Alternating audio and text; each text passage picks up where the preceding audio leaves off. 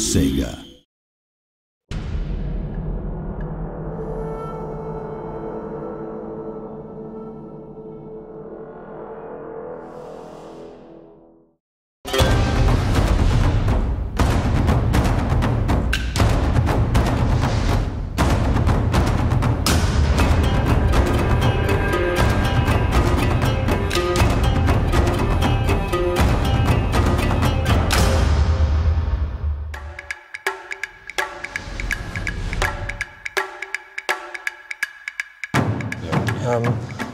For a PC game, Total War's always had fairly weak multiplayer.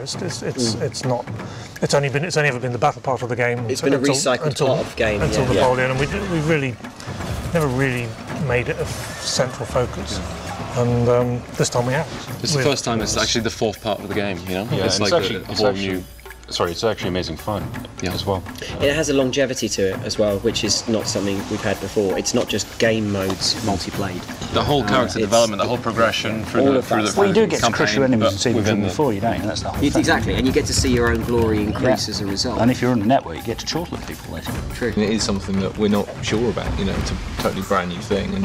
And you know, how... I love how we always take a punt. Well, you know, it's just like we always just go, it's gotta be good, right? Yeah, but you have to take a punt. The first thing for us is we all know that the battles are fun, but they're 10 times more fun if there's context. Yes. So we have to give context. You have to give the player some reason to care about the precise details of the result, not just whether he wins or loses. The outcome, yeah. So it's how many men you lose and how. So not just pride. Yeah. So you need investment in and some kind of long-term thing wrapped around those individual battles. Yeah. There's something very upsetting about seeing elite unit completely annihilated by a surprise attack. Yeah. Unless it's their. Unless it's there, at which point it's a bit like scalping someone and being like, There's a difference between picking a random elite unit from a list that you'll have in a second battle against an elite unit you've earned. You've looked after them. And that you've looked after. You've nudged them, you've watched their skill points. And if you lose them forever. It's like anything else, if you give them something for free, you don't value it as much as something you've earned. Exactly. So there's that kind of, over the course of time playing multiplayer, you get things and you work for them. Yeah, and you worked in the sense of, it's a very loose sense of the word work, but you put the time in and you've achieved it, and you feel, yeah, that's cool. I've got X, I've got Y. I've now got a big choppy sword. That's really good. Talk about art. Art's good. Okay, let's talk about art, baby. Yeah. Let's talk about cherry blossom. So with art, I mean, leaves. The whole way we started it was, long before we started the whole project, it was to take one of the artists and get him training how to do Japanese brush art. Yeah. Woodblock. Woodblock. Sorry, not brush. So that's Roland McDonald. How long did he take? It took about 6 months. It's good stuff, though. I mean, people have asked whether it's from museums, haven't they? Yeah, we've actually had genuine inquiries from magazines and people asking if they're allowed to print it, and they can get the museum can give them the rights, or the family that owns the art can give them the rights. And it's like, no, really, it's ours. And throughout the entire project, we're kind of taking this, the art department is taking quite a serious stance towards art, where we've got all of the departments are really producing by far the best work that they've produced for any Total War game. I think for future projects we'll keep on top of the art and art direction, because it's really quite a big selling point. We're loving doing it. It's the style of that period, I think.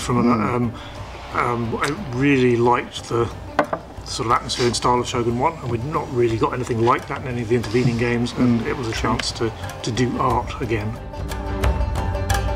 He's really doing, he's doing Total War games on film before we've ever even heard of Total War, or some of us were born. If you haven't watched Seven Samurai, you haven't been paying attention. He's got thousands of guys. He's, portraying different emotions. It's all that sort of Bran, isn't it, with the battle that's entirely silent until there's one gunshot and then the sound cuts in. It's this enormous battle that goes on forever with a castle on fire. And, there's books as well as the Musashi books. That's definitely the stuff that influences me the most. I actually read the Hagakure about 15 years ago, something like that, and the same thing goes for Musashi's Book of the Five Rings, and that stuff is and Sun Tzu, of course. The Musashi books. I mean, I'm talking about the novels. You mean the novels about? Novels are based on the character that wrote the Book of the Five Rings. There's a whole series. There's dozens and dozens of these novels which are completely known to everybody in Japan. So they're Robin Hood, effectively, as Musashi. Jack's got some on his desk. Yeah. Yes. And there's this. I can't remember the name Jack is of the officially website. the holder of the most geeky thing I've ever seen done at CA. Right now, this is seriously geeky? right. Okay, this is super geeky. Okay, we're a company full of guys who like board games and make games about historical warfare. Okay, so this really has to take a title.